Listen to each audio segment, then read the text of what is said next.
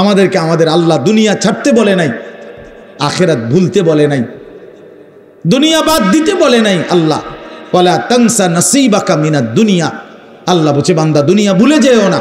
আমি বাজার, ব্যবসা, হাট ঘাট, চাকরি, ক্ষেত খামার, স্ত্রী, সন্তান, ঘর পরিবার, ঘুম, আহার, নিদ্রা, আমি কোনোটাই বাদ দিতে বলি নাই বান্দা, ছাড়তে বলি নাই।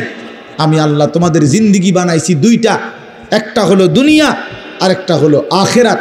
দুনিয়া তুমি কর্ম করবা আর আখেরাতের জন্য আমল করবা। দুনিয়া কর্ম, আখেরাত তোমার ধর্ম। দুনিয়ার জন্য করবা কর্ম, আখেরাতের জন্য করবা ধর্ম।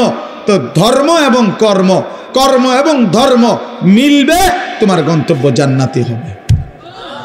তাইলে এখন হুজুর একটা আশ্চর্য সুন্দর কথা কইছে যে আল্লাহ বলছে বান্দা দুনিয়া তোমার কর্ম, আখেরাতের জন্য তোমার ধর্ম। কিন্তু আখেরাত লম্বা সময়, দুনিয়া স্বল্প সময়। নবীজি সাল্লাল্লাহু আলাইহি সাল্লাম বলছেন একটা সাগরের মধ্যে যদি কেউ নিজের আঙ্গুল চুবায়, ভিজায়, তো আঙ্গুলের অগ্রভাগে যেটুকু পানি, এইটুকুই হলো দুনিয়া, আর সাগরের বাকিটা পানি আখেরাত। তাইলে আখেরাত লম্বা না দুনিয়া লম্বা বলেন? কিন্তু মজার বিষয় হলো লম্বা হলো আখেরাত, স্বল্প হলো দুনিয়া। কিন্তু আল্লাহ তাআলা আমার হায়াত, আমার সময় স্বল্প দুনিয়ার জন্যই দিয়েছেন বেশি, আর অনন্তকালের আখেরাতের জন্য আমল চাইছেন অল্প অল্প। সকাল 6টা বাজে 4 রাকাত ফজরের নামাজ, তাহলে 10 মিনিটের বিষয়। আবার দুপুর 1:30টা বাজে 10 রাকাত জোহরের নামাজ, 20 মিনিটের সময়। তাইলে ধরে নিলাম সকাল 6টার পরে 7টা, 8টা, 9টা, 10টা, 11টা, 12টা, 1টা, প্রায় 7.5 ঘন্টা পরে আবার 20 মিনিট। তাহলে সকালের 10 মিনিট আর দুপুরের 20 মিনিট, এই হলো 30 মিনিট মনে করেন আখেরাতের জন্য, আর 7.5 ঘন্টা আমার দুনিয়ার কর্মের জন্য। তাহলে স্বল্প সময়ের দুনিয়ার জন্য আমারে সুযোগ দিলেন বেশি, অনন্তকালের আখেরাতের জন্য আমলের জন্য চাইলেন আমার কাছে অল্প সময়। এটাও আল্লাহর জন্য আমরা দেব না? এটা ইনসাফ হইল? এটা বিবেকের দাবি হইল ভাইয়া? অতএব আমি অনুরোধ করছি, মেহেরবানি করে আমরা ভাবতে শিখি।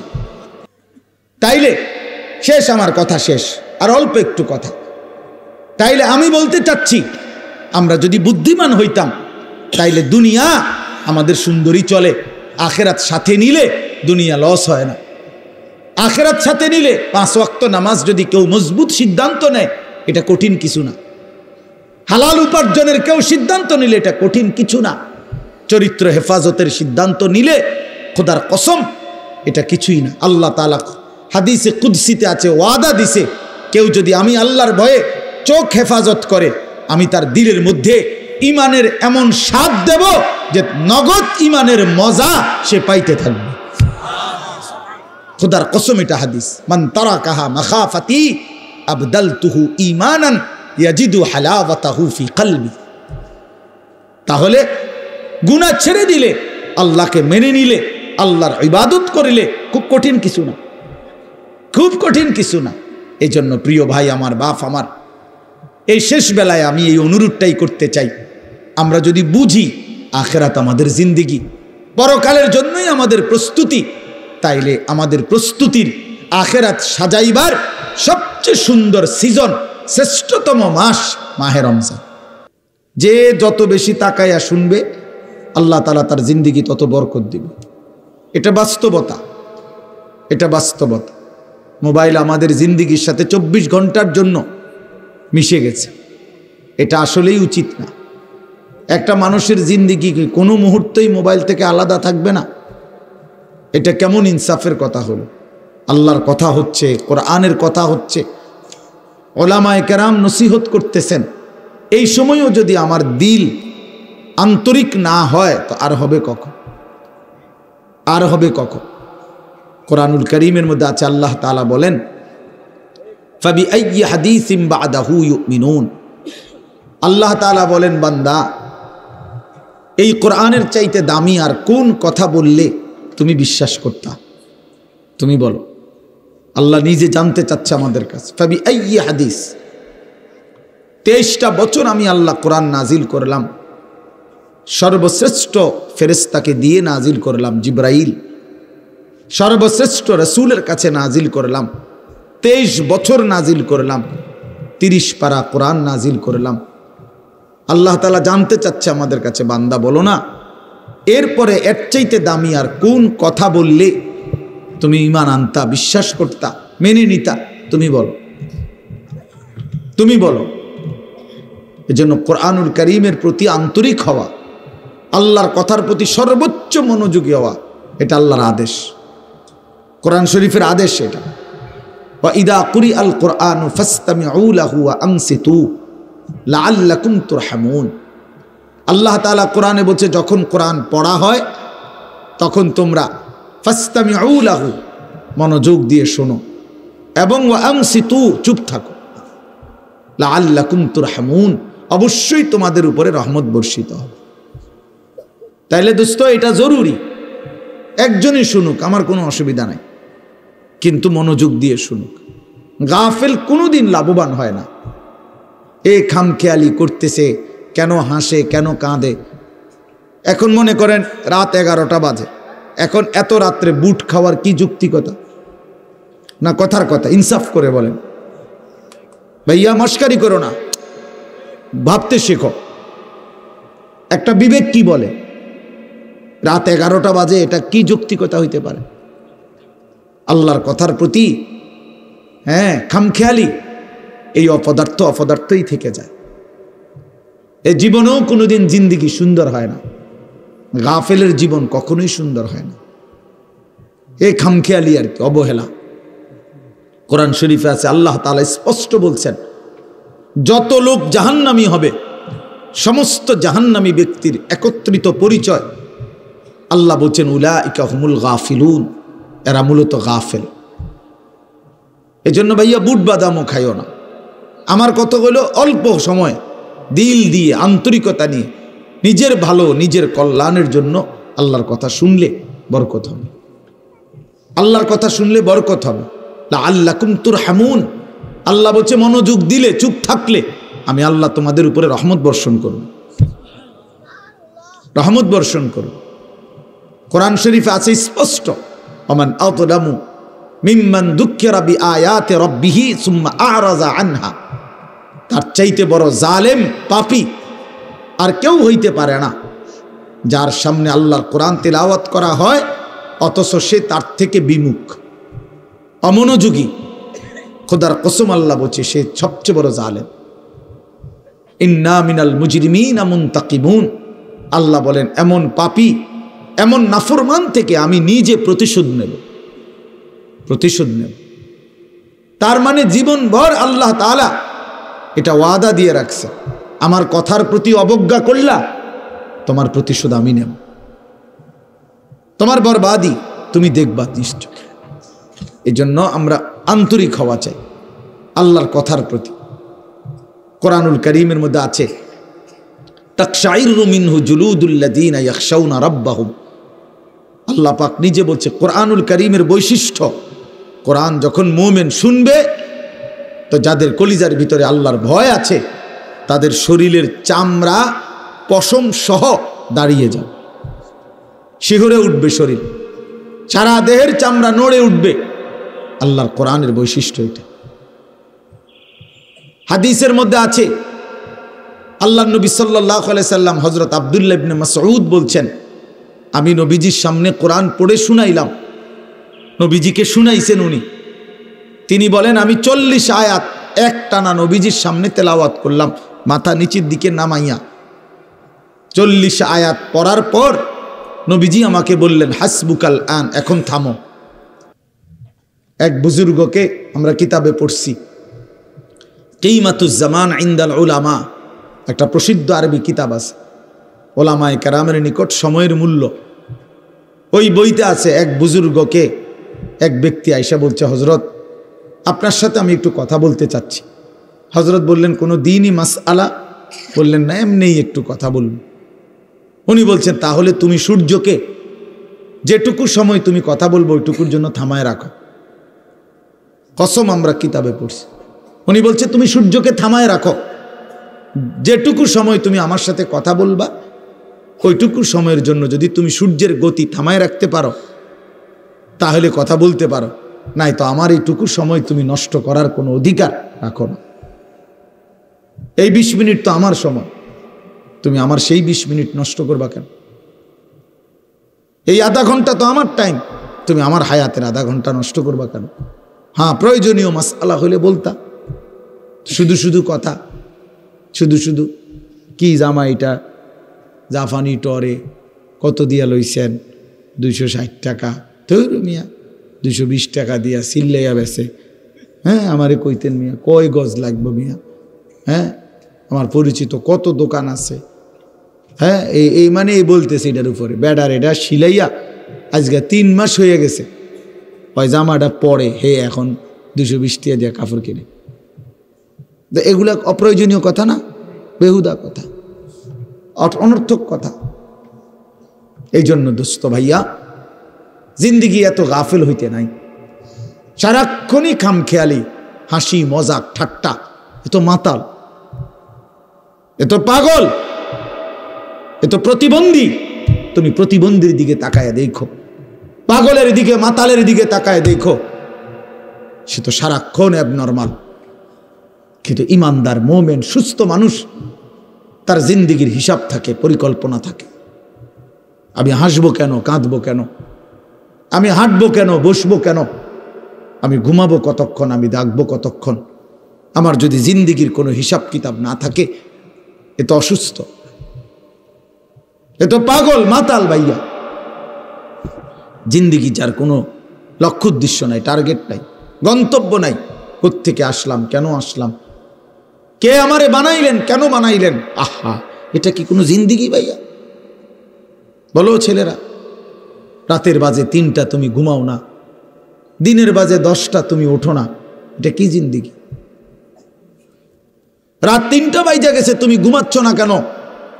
সকাল 10টা বাজে গেছে তুমি উঠছো না কেন? তোমার ঘুমেরও কোনো সিস্টেম নাই, উঠারও কোনো সিস্টেম নাই। সারা রাত উলঙ্গ ছবি দেখে, নারী দেখে, জিনা বেবিচারের দৃশ্য দেখে নাফরমান ঘুমায় আছে। সকাল 10টা বাজে গেছে, উঠারও কোনো নাম নাই।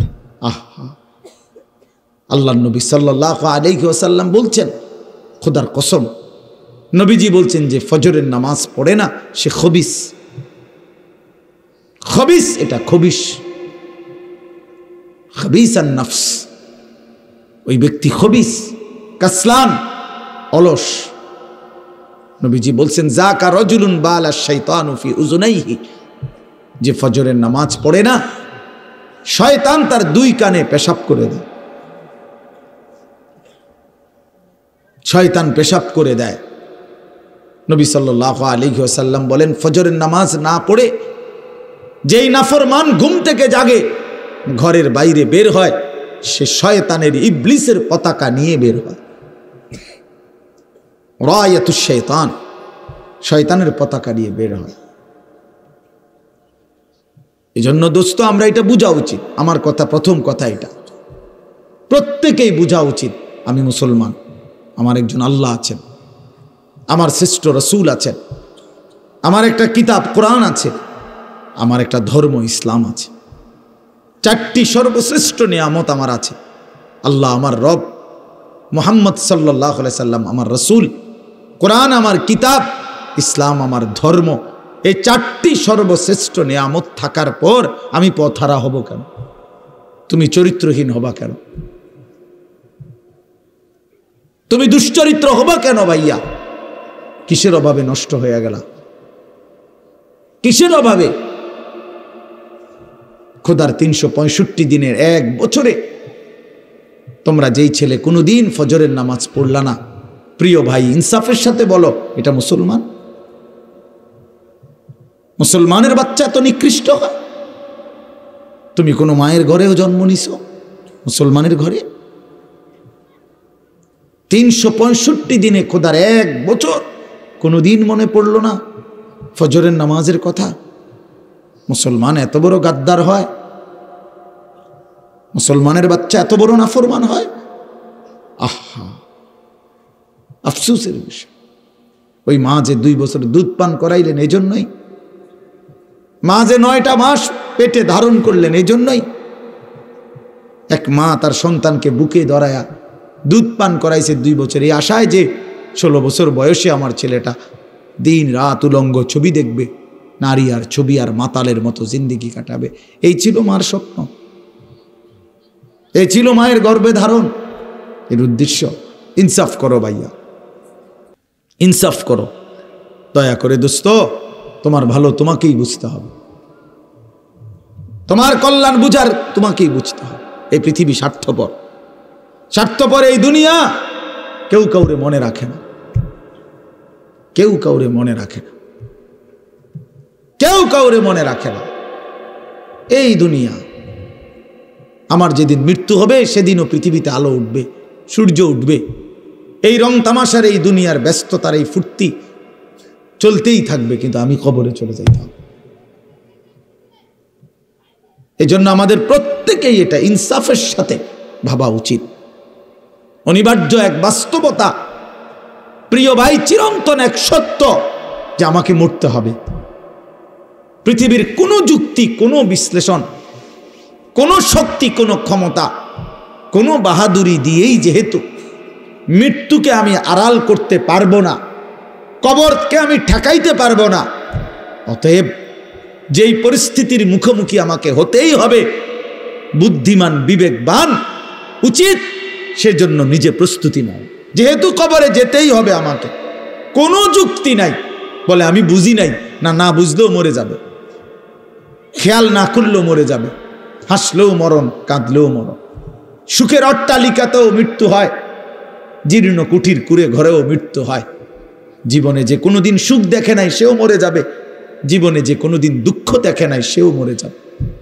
তাহলে ভাইয়া বাপ, যে মৃত্যু আমাকে বরণ করতেই হবে, যেই কবরে আমাকে যেতেই হবে, কোনো ফাঁক ফুক নাই, কোনো সাইড নাই, তাহলে তার জন্য প্রস্তুতি নেওয়া, তার জন্য ভাবা যে সেখানে আমার কি হবে, সেখানে আমাকে কি করতে হবে। খোদার কসম, এতটুকু বিবেক বুদ্ধি খাটানো এটা একটা সুস্থ মানুষের দাবি, সুস্থতার দাবি, এটা ইনসাফের দাবি, বিবেকের দাবি। এতটুকু বিবেক যদি কাজ না করে, ধরে নিতে হবে তার আকলই নাই, দেমাগই নাই, দেমাগই নাই। এজন্য কুরআনুল কারীমে আল্লাহ তাআলা বলেছে, নাফরমানের দিল আছে কিন্তু কিছুই বোঝে না, নাফরমানের কান আছে শোনে না, চোখ আছে দেখে না। এজন্য আল্লাহ তাআলা বলছেন, উলাইকা কাল আনআম, নাফরমান এক ধরনের জানোয়ার। প্রত্যেক পাপী হলো এক ধরনের জানোয়ার, নাফরমান জানোয়ার বেটা। আনআম চতুষ্পদ জন্তু। কারণ যার বিবেক কোনো কাজ করে না, বানানেওয়ালাকে চিনে না, সে চিনল কি? সৃষ্টিকর্তাকেই যে বোঝে না, খোদার কসম সে কিছুই বোঝে না, কিছুই বোঝে না। যার আল্লাহ নাই তার কিছুই নাই। আল্লাহকে হারিয়ে সব পেলেও কিছু পায় হয় না, আল্লাহকে পেয়ে সব হারালেও কিছুই হারায় না। জুতু মেরা তু সব মেরা। আমি এই জন্য অনুরোধ করছি, আলহামদুলিল্লাহ যথেষ্ট বয়ান হয়েছে। আমরা রাত গভীরে ইনসাফের সাথে এই যে কয়জন আমরা বসছি, প্রত্যেকের কাছে আমার কথা এটা, আমরা ভাবা উচিত। ইস্তাফতি কালবাক, নবী সাল্লাল্লাহু আলাইহি ওয়াসাল্লাম বলছেন, তোমার দিলকে প্রশ্ন করো, তোমার বিবেককে জিজ্ঞেস করো। এমনটাই হওয়া উচিত মুসলমান। তোমার বিবেক কি বলে? একটা ছেলে বেনামাজি, তুমি আইসা দাঁড়াইয়া বলো, ভাইয়া 1 মিনিট তুমি মাইক ধরে বলো, মুসলমান এমনই হওয়া উচিত। তুমি দোস্ত তোমার ধর্মের ব্যাপারে একটা লাইন বলো, তুমি বলো তোমার ধর্মের ব্যাপারে তুমি 1 লাইন বলো। তোমার রাসূলকে এভাবে প্রত্যাখ্যান করা উচিত। কোনদিন তোমার চুল নবী সাহাবী আউলিয়াদের মতো হবে না, কোনদিন তোমার জামা পোশাক নবী সাহাবী আউলিয়াদের মতো হবে না, কোনদিন তোমার চলাফেরা সাজগোজ নবী সাহাবী আউলিয়াদের মতো হবে না কোনদিন। তাহলে কি যোগ্যতায়, কি কারণে আমরা মুসলমান? যাদের কপালে সেজদা নাই, তুমি কিভাবে মুসলমান? যার লেবাসে পোশাকে ইসলামের কোনো চিহ্ন নাই, তুমি কোন যুক্তিতে মুসলমান ভাইয়া? কোন যুক্তিতে মুসলমান? আল্লাহ নবী সাল্লাল্লাহু আলাইহি ওয়াসাল্লাম বলছেন, ফারকুমা বাইনানা ওয়া বাইনাল কুফরি আস-সালাহ, আমাদের মাঝে আর কাফেরের মাঝে পার্থক্য নামাজ। নামাজ মুমিন আর কাফেরের পার্থক্য করে। এটা কি মুসলমান না বেঈমান, এটার প্রমাণের চিহ্ন খোদার কসম ভোটার আইডি কার্ড না, জন্ম নিবন্ধন সনদ নয়, সেজদা। সেজদা এই কপাল দুনিয়ার কোনো কাজে ব্যবহার হয় না, পৃথিবীর কোনো উপার্জনের জন্য কপাল লাগে না। চাকরি, ব্যবসা, ক্ষেত খামার, অটো, সিএনজি, ফসল, দেশ বিদেশ, ভাইয়া ইনসাফের সাথে ভাইবা দেখো, বাবারাও ভেবে দেখেন, এই কপাল কোনো উপার্জনের কাজে ব্যবহার হয় না। উপার্জনের কাজে হাত ব্যবহার হয়, পাও ব্যবহার হয়, মেধা ব্যবহার হয়, যোগ্যতা ব্যবহার হয়। কপাল কোনো কামাই রোজগারের জন্য ব্যবহার হয় না। কপাল রব্বে করিম বানাইছেনই শুধু সেজদার জন্য, শুধু সেজদার জন্য, শুধু সেজদার জন্য, শুধু সেজদার জন্য।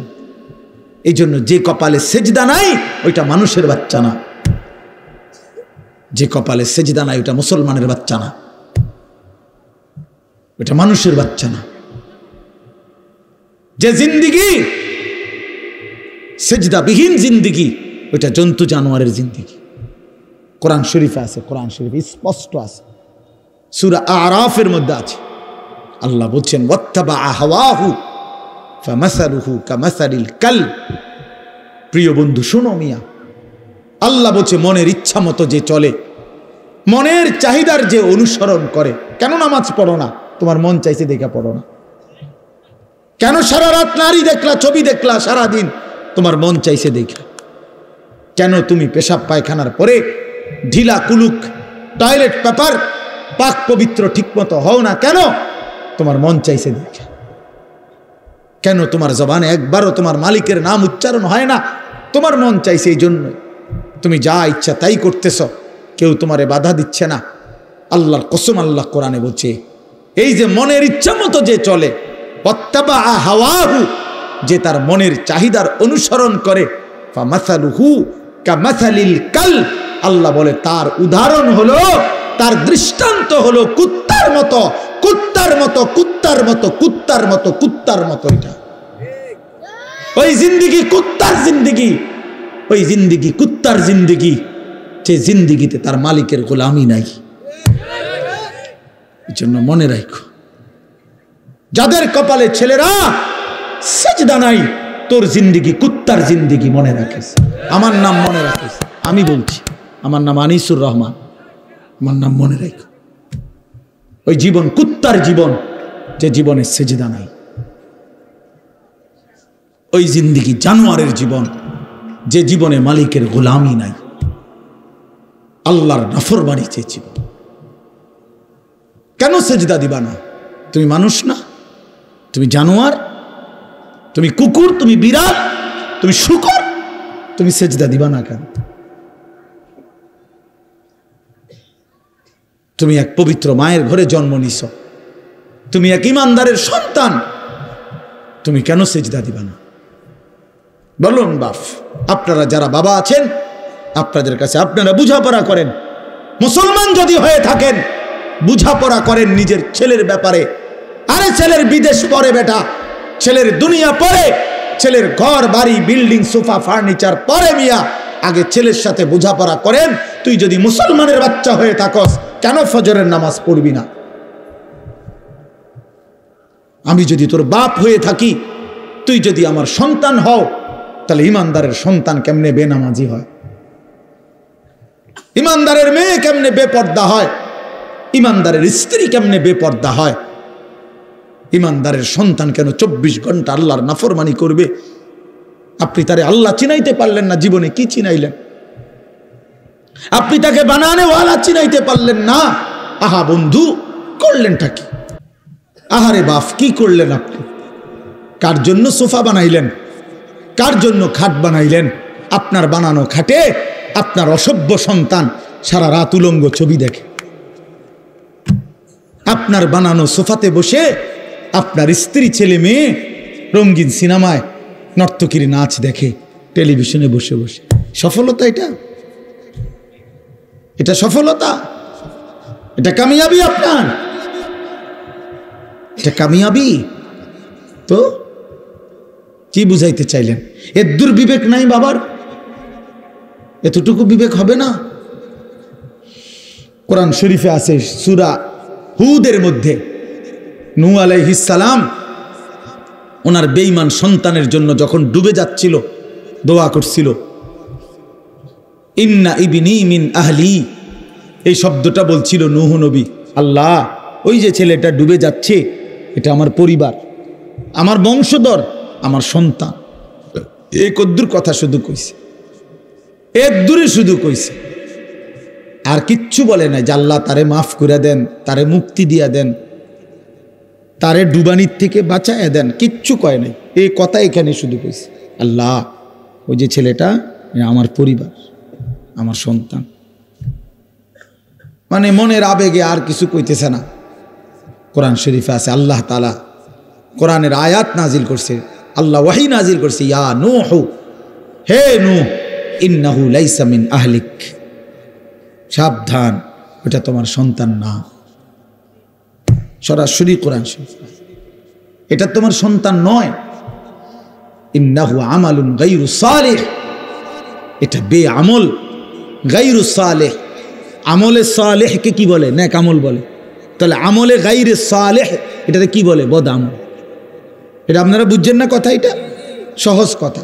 আল্লাহ বলছে ও বদ আমল, ও নাফরমান, অতএব ও আপনার সন্তান না। এজন্য আমি পরিষ্কার ছেলেদেরকে বলি, বাবা তোরা যারা বেনামাজি তুই মুসলমানের সন্তান না।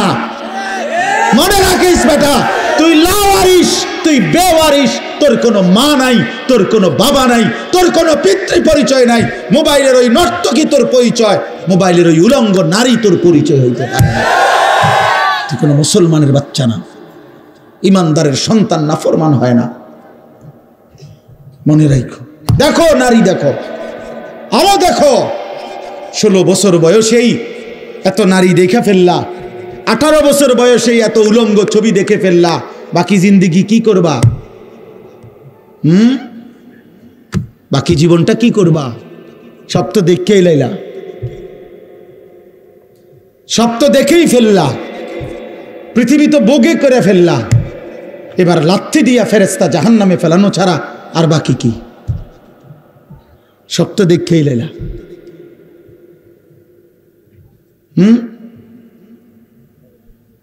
হালাল স্ত্রীর ভালোবাসা তো আর মিলবে না, পবিত্র স্ত্রী তো আর মিলবে না।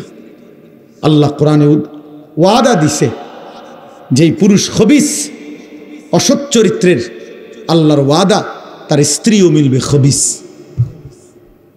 কি আয়াত? আল খাবিসাতু লিল খাবিসিন ওয়াল খাবিসুনা লিল খাবিসাত। সরাসরি কোরআন শরীফের আয়াত। বন্ধু মনে রাখো, আমি ডেইলি বলি, রাস্তার বেডি আর মোবাইলের বেডি আর বাস্তবতার বিবি এক কথা না। রাস্তার নারী 2 নম্বর হইলে তোমার সমস্যা নাই, মোবাইলের নর্তকী 3 নম্বর হইলেও তোমার সমস্যা নাই। কিন্তু তোমার বউ যদি 2 নম্বর হয়, চরিত্রহীন হয়, তুমি বুঝবা দুনিয়া কারে বলে। তোমার হায়াতি তখন হয়ে যাবে জাহান্নামের টুকরা।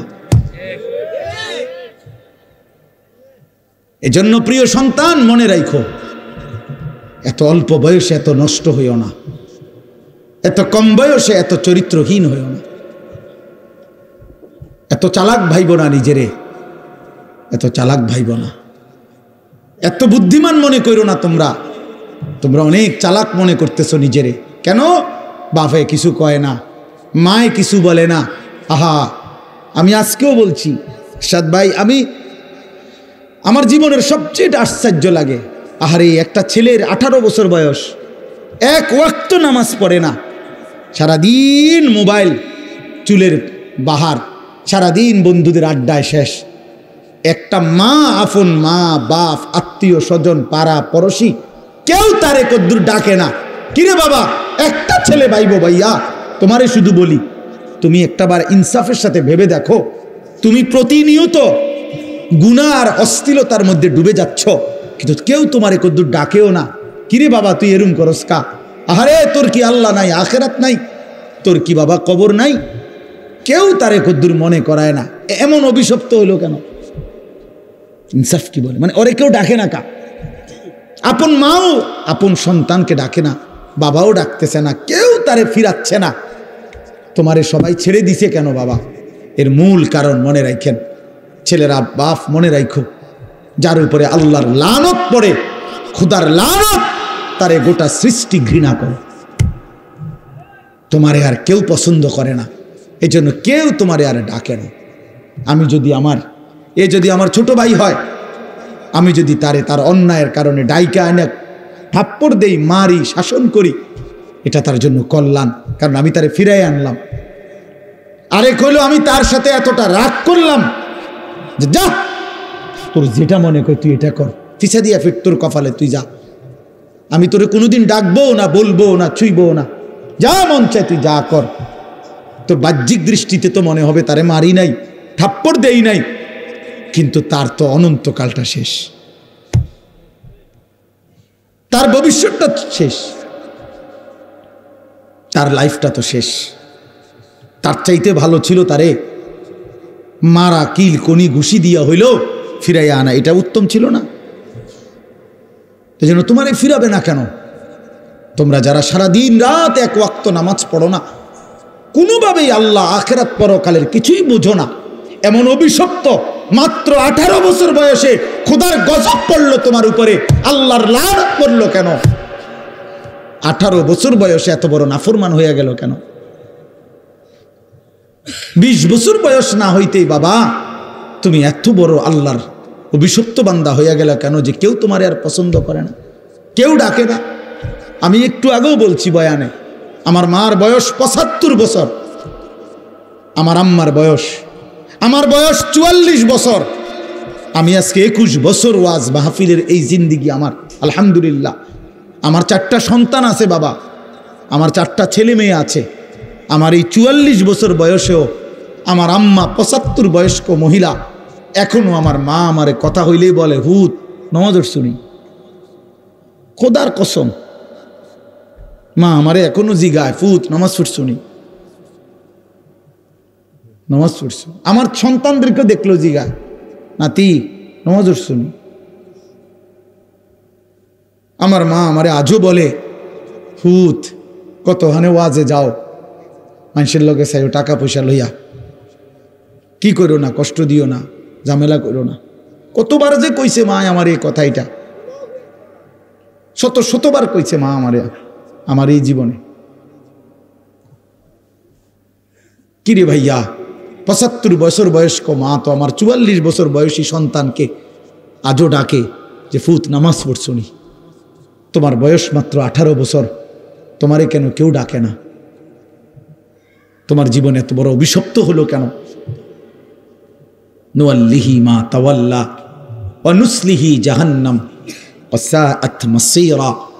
আল্লাহ বলে, আমার যে বান্দা আমার রাসূলের বিরুদ্ধাচরণ করবে এবং আমার ইমানদার মুমিনদের পথ থেকে উল্টো পথে চলবে, আল্লাহর কসম আল্লাহ বলে, নুয়াল্লিহি মা তাওয়াল্লা, আমি তাকে সেই উল্টো পথেই চালাবো, ওয়া নুসলিহি জাহান্নাম, একদিন তাকে জাহান্নামেই ফেলে দেব, একদিন তাকে জাহান্নামেই ফেলে দেব। ওয়ালা তাকুনু কাল্লাযীনা নাসুল্লাহ ফাআনসাহুম আনফুসাহুম। রব্বুল আলামিন বলেন, ইমানদার আমি আল্লাহকে এতটা ভুলে যেও না, বেশি দিন ভুলে গেলে আমি একদিন তোমাকে নিজের পরিচয় ভুলিয়ে দেব, আত্মপরিচয় ভুলে যাবা বান্দা, আর কোনোদিন মনে পড়বে না তুমি মুসলমান, আর কোনোদিন মনে পড়বে না তোমার কবর আছে, হাসর আছে, আখিরাত আছে, আর কোনোদিন পরকাল ভুলে দেব। ব্যস্ততম এই দুনিয়ায় কারাকারি কামড়াকামড়ি করতে করতে, দুনিয়া কারাকারি করতে করতে, দুনিয়ার নেশায় পড়ে থাকতে থাকতে একদিন কবরে পৌঁছায় দেব, আখিরাত ভুলায় দেব। আল্লাহাকুমুত তাকাসুর হাত্তা যুরতুমুল মাকাবির। আল্লাহ বলে, বান্দা দুনিয়া বাড়ানোর নেশায় আখিরাত ভুলে গেলা, কিন্তু মনে রেখো এরই মাঝে একদিন কবরস্থানে পৌঁছে যাবা, ঠিকই একদিন কবরস্থানে চলে আসবা। কাল্লা সাউফা তা'লামুন, সেদিন কবরে আসলেই আমি আল্লাহ তোমাকে বুঝিয়ে দেব আমার প্রতিটা নাফরমানির শাস্তি।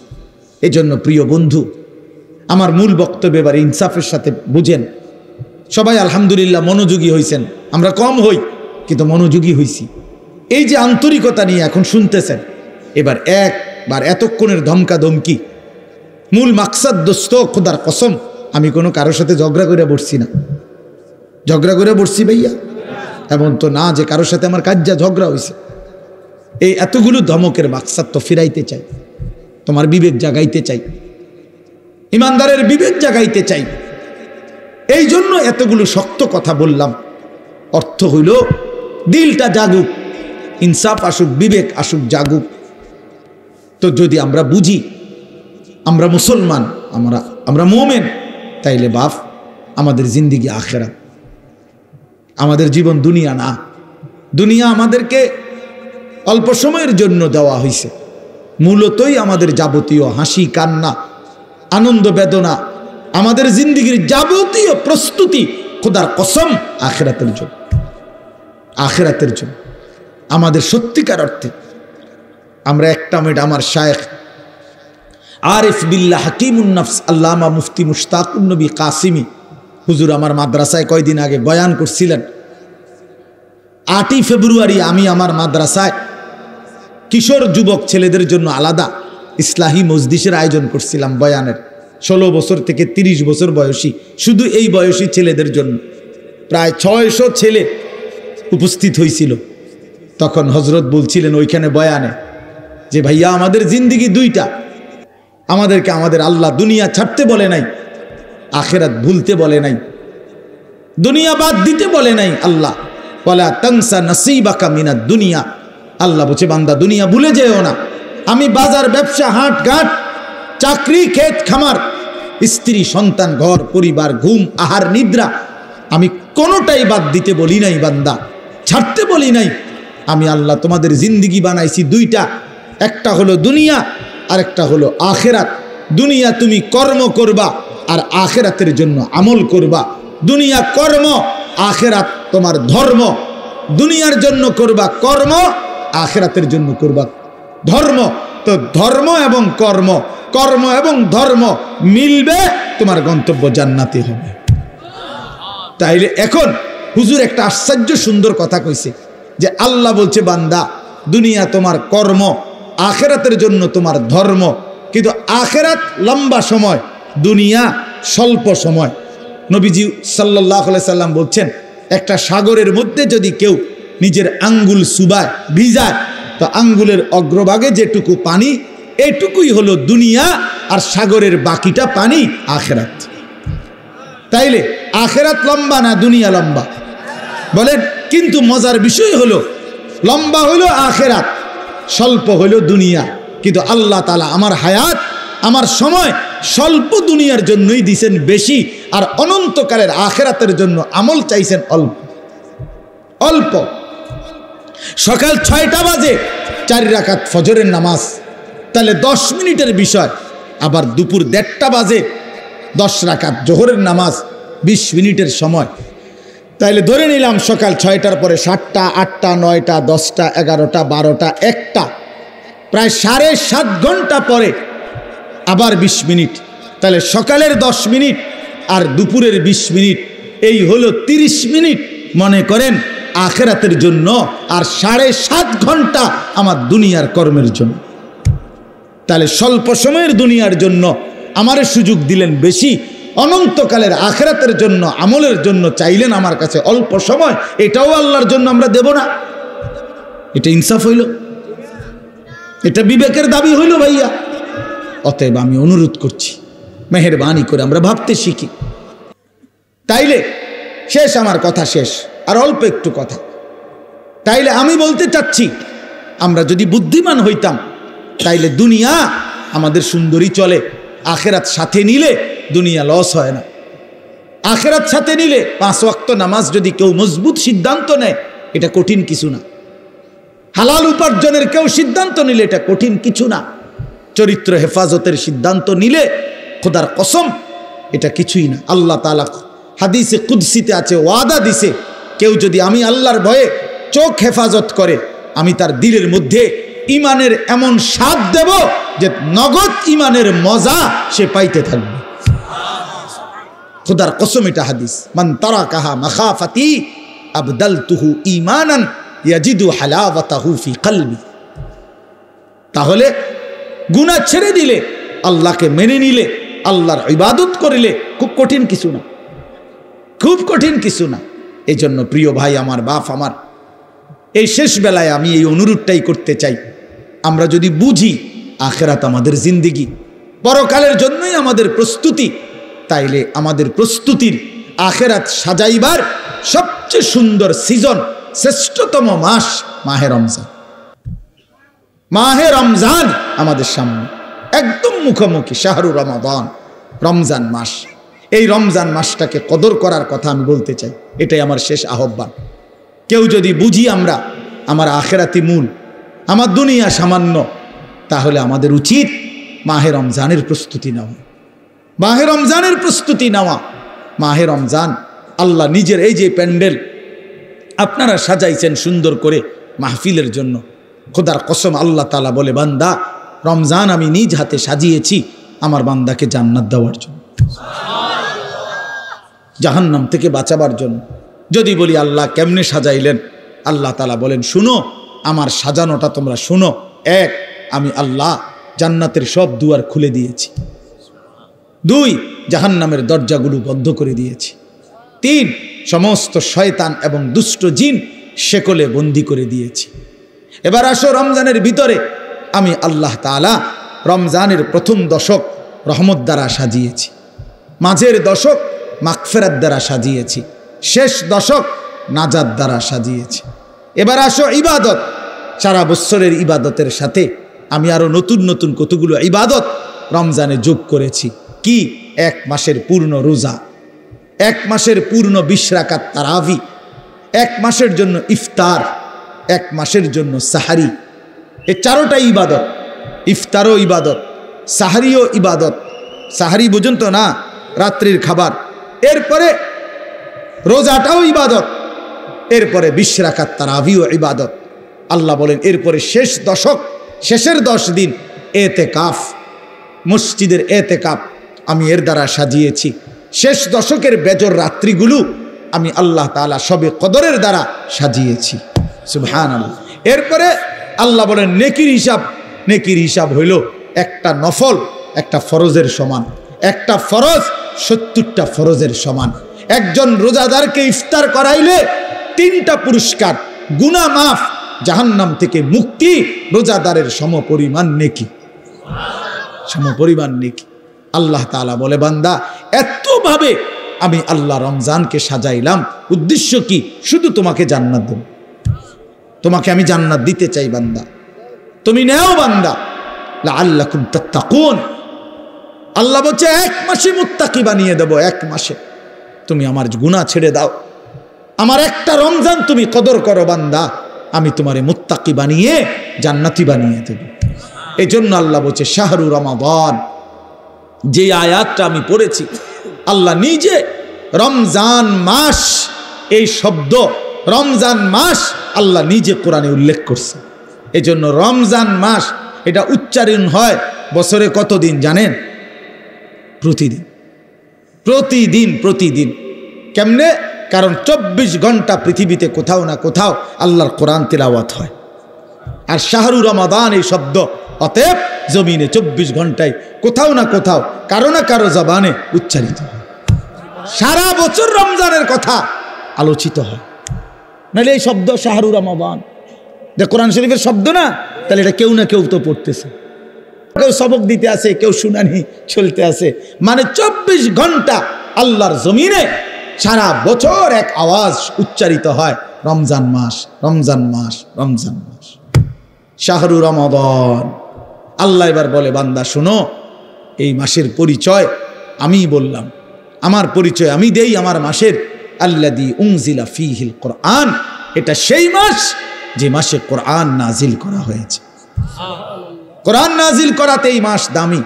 আমার শায়েখ আল্লামা মুফতি মুশতাকুন নবী সাহেব বলে যে দেখো একটি রমজানে কোরআন নাজিল হয়েছিল, প্রত্যেক রমজানে কোরআন নাজিল হয় না। কোরআন তো একটি রমজানে, নবীজির বয়স যখন 40, ওই সময়ে একটা রমজান কোরআন নাজিল হয়েছিল। কিন্তু ওই এক মাসে একবার কোরআন নাজিল হওয়ার কারণে কোরআনের বরকতে ওই মাস যতবারই পৃথিবীতে আসে ততবারই দামি হয়ে যায়। ওই একটি রাত শবে কদর, ওইটা তো একটা রাতে কোরআন নাজিল হয়েছিল, কিন্তু ওই রাত এটা এবার যতবারই আসে ঘুরে ঘুরে ততবারই ওই রাত দামি হয়ে যায়। এজন্য কোরআন যে রাতের সাথে একবার লাগছে, এই রাত আজীবনের জন্য দামি হয়ে গেছে। কোরআন যেই মাসের সাথে একবার লাগছে, ওই মাস আজীবনের জন্য দামি হয়ে গেছে। কোরআন যেই বান্দার জীবনে একবার লাগবে, ওই বান্দাও আজীবনের জন্য দামি হয়ে যায়, দামি হয়ে যায়। হুদাল্লিন নাস ওয়া বাইয়িনাতিম মিনাল হুদা ওয়াল ফুরকান। আল্লাহ বলেন আমার কোরআনের 3টা বৈশিষ্ট্য, একটা হলো সারা পৃথিবীর মানুষের জন্য হেদায়েত, 2 নাম্বার হলো কোরআনের সমস্ত হেদায়েতের বাণী স্পষ্ট, কোনো অগোছালো, কোনো লুকোচুরি, কোনো সংক্ষিপ্ত অপূর্ণাঙ্গ কোনো কথা নাই, সব স্পষ্ট।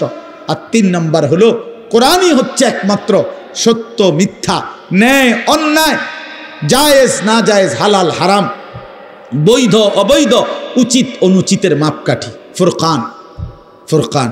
এই জন্য এই তোমরা যারা স্কুলে পড়ো, কলেজে পড়ো ভাইয়া, ইউনিভার্সিটিতে পড়ো, কোনো আপত্তি নাই, তবে এইটা মনে রাখো বন্ধু, কোরআনুল কারীমের জ্ঞান যে অর্জন করতে পারে নাই, কোরআন যে ধরতে পারে নাই, কোরআন যে ছুঁইতে পারে নাই, তুমি ন্যায় অন্যায় চিনো নাই, সত্য মিথ্যা তোমার কাছে স্পষ্ট না। খোদার কসম, পৃথিবীর আর কোনো বই, আমি চ্যালেঞ্জ করলাম এখানে এখন, পৃথিবীর আর কোনো বই দিয়ে, পৃথিবীর আর কোনো গ্রন্থ দিয়ে সত্য মিথ্যা, ন্যায় অন্যায়, জায়েজ না জায়েজ, হালাল হারাম, বৈধ অবৈধ, উচিত অনুচিত নির্ধারণ করা যায় না। না, বাংলা বই দিয়ে হবে না, এটা অঙ্ক বই দিয়ে হবে না, ইংরেজি বই দিয়ে হবে না, একমাত্র আল্লাহর কোরআন। বৈধ অবৈধ নির্ধারণ করে আল্লাহর কোরআন, হালাল হারাম নির্ধারণ করে আল্লাহর কোরআন, উচিত অনুচিত নির্ধারণ করে আল্লাহর কোরআন। ফুরকান এটা। এজন্য কোরআন বঞ্চিত, সে সত্য মিথ্যা, আলো অন্ধকার থেকে বঞ্চিত, বঞ্চিত। লোক দেখানো যা মন চায়, অমুক ভদ্রলোকে কইছে এটা সুন্দর, হেইতেও কয় সুন্দর। ইয়াহুদির বাচ্চা কইছে এটা চমৎকার, হেও কয় এটা চমৎকার। খ্রিস্টানের বাচ্চা কইছে এটা যৌক্তিক, হেও কয় এটা যৌক্তিক, হেও কয় এটা যৌক্তিক। কারণ তার কাছে তো মূল কষ্টি পাথর আল্লাহর কোরআন নাই। এবার যেই বেঈমান যেটা কয় ওইটাই ভাল লাগে। এই জন্য দেখেন না, আমাদের যেই ছেলেদের কোরআন সুন্নাহর আলোকে নবী সাহাবীদের চুল থেকে যারা বঞ্চিত, তাদের আর চুলের নির্ধারিত কোনো স্টাইল নাই, যখন যেটা দেখে যেটা ভাল লাগে। দেখেন যারা নবী এবং সাহাবী আউলিয়াদের পরনের পোশাক থেকে বঞ্চিত, তাদের আর নির্ধারিত কোনো প্যান্ট আর শার্টের মডেল নাই, যখন যেটা ভাল লাগে ওইটাই ফিনদে, যখন যেটা চলাফেরা ভালো লাগে সেটাই ভালো লাগে। তার মানে আল্লাহ থেকে বঞ্চিত, রাসূল থেকে বঞ্চিত, তো সে সত্য সঠিক ইনসাফ ন্যায় পরায়ণতা থেকে বঞ্চিত, বঞ্চিত। সর্বশেষ কথা হলো আল্লাহ বলেন ফামান শাহিদা মিনকুমুশ শাহরা ফালিয়াসুমহু। অতএব আমার বান্দা, তোমাদের যারাই রমজান মাসে আসবা, পৌঁছবা, তোমরা রোজা রাইখো, আমার হুকুম মাইনো। আল্লাহ বলেন, আল্লাহ যেন মহব্বত করে বলছে, বান্দা রোজা রাইখো, বান্দা আমি তোমারে মুত্তাকি বানাবো, আমি তোমারে জান্নাতি বানাবো, আমি তোমারে জান্নাতি বানাবো। এই জন্য দোস্ত, এই শেষ বেলায় আমার এই শেষ কথা এটাই, আমাদের সামনে মাহে রমজান। তোমরা যারা কিশোর নওজোয়ান আছো বাপ, তোমাদের কাছে অনুরোধ, রমজানকে মনে করে সামনে রেখে তোমরা তোমাদের জিন্দিগি বদলাও। এই জীবন এভাবে চললে হবে না ভাইয়া, তুমি সুখ পাইবা না। কোনো বেঈমান দুনিয়াতে ইজ্জত পায় না, আখেরাতে তো কিছুই নেই। কোনো সুদখোরকে কেউ সম্মান করে না, কোনো চরিত্রহীন লম্পটকে কেউ সম্মান করে না ভাইয়া, কেউ রে না। মানুষ মন্দকে মন্দই বলে, মানুষ উত্তমকে উত্তমই বলে। কোনো লম্পট চরিত্রহীন, কোনো মদখোর গাঁজাখোরকে কেউ জোনায়েদ বাগদাদি বলে না, কেউ বাইজিদ বুস্তামি বলে না, বাটফারকে বাটফারই বলে, নেককারকে নেককারই বলে। মানুষ আলোকে আলো বলে, অন্ধকারকে অন্ধকার বলে। এখন যে কোনো মানুষকে জিজ্ঞাসা করলে সে বলবে অন্ধকার, দিনের আলোকে দিনের আলোই বলে। এজন্য সাদাকে মানুষ সাদাই বলে, কালোকে মানুষ কালোই বলে। তার মানে আমরা আরবিতে পড়ছি অফিকা উয়ুবুন ওয়ালিন্নাসে আয়ুনুন, তোমারও দোষ আছে, মানুষেরও চোখ আছে। এটা আরবি প্রবাদ। তার মানে তুমি ভাইবো না তুমি বুদ্ধিমান, বাকিরা বোকা না। সবাই ভাতে খায়, তুমি কেবল ভাত খাও, বাকিরা সবাই সিরা খায়। বিষয়টা এমন না, সবাই ভাতেই খায়, কাজে বুঝবে না কেন? বুঝবে না কেন? আল্লাহ নবী সাল্লাল্লাহু আলাইহি সাল্লাম বলছেন, অন্ধকারে একাকিত্বে যে গুনাহ করে, খোদার কসম আল্লাহ নবী বলছে দিনের আলোতে আল্লাহ তাআলা তার চেহারার মধ্যে সেই অপরাধের চিহ্ন ভাসিয়ে দেয়। এজন্য মানুষ দেখলেই কয় নাফরমানি তো করছে, গাঁজা তো খাইছে, নেশা তো করছে গোপন কোনো জায়গায়, কিন্তু বাইরে হইলে মানুষ চেহারার দিকে তাকাইলেই বলে, দেখতেই বোঝা যায় ফুট্টাখোর।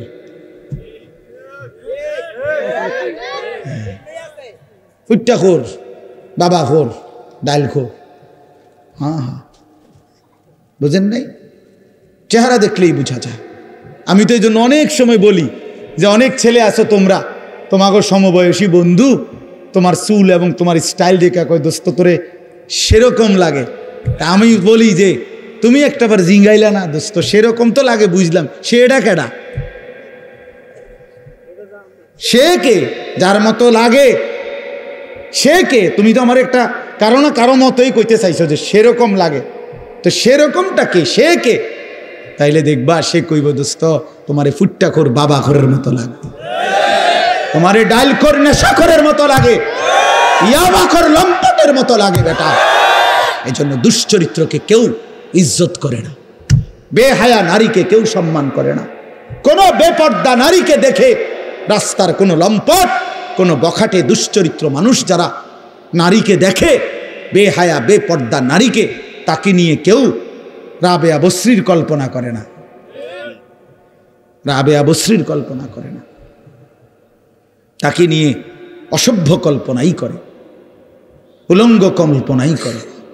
এই জন্য ভাইয়া নিজের কদর করো, এটা উপলব্ধির বিষয়, এটা উপলব্ধির বিষয়। আল্লাহ আমাদেরকে বুঝ দান করেন। আল্লাহ তাআলা আজকের এই মাহফিল ভরপুর কবুল করে নেন। যাদের ভালোবাসায়, যাদের আয়োজনে, যাদের আন্তরিক প্রচেষ্টায় মাহফিল হয়েছে, আল্লাহ তাআলা সকলকে উত্তম বিনিময় দান করেন। আগামী দিনেও আল্লাহ তাআলা এই মাহফিলকে কায়েম দায়েম করে দেন। আমরা সবাই রমজানকে কদর করব তো ইনশাআল্লাহ? বলেন ইনশাআল্লাহ।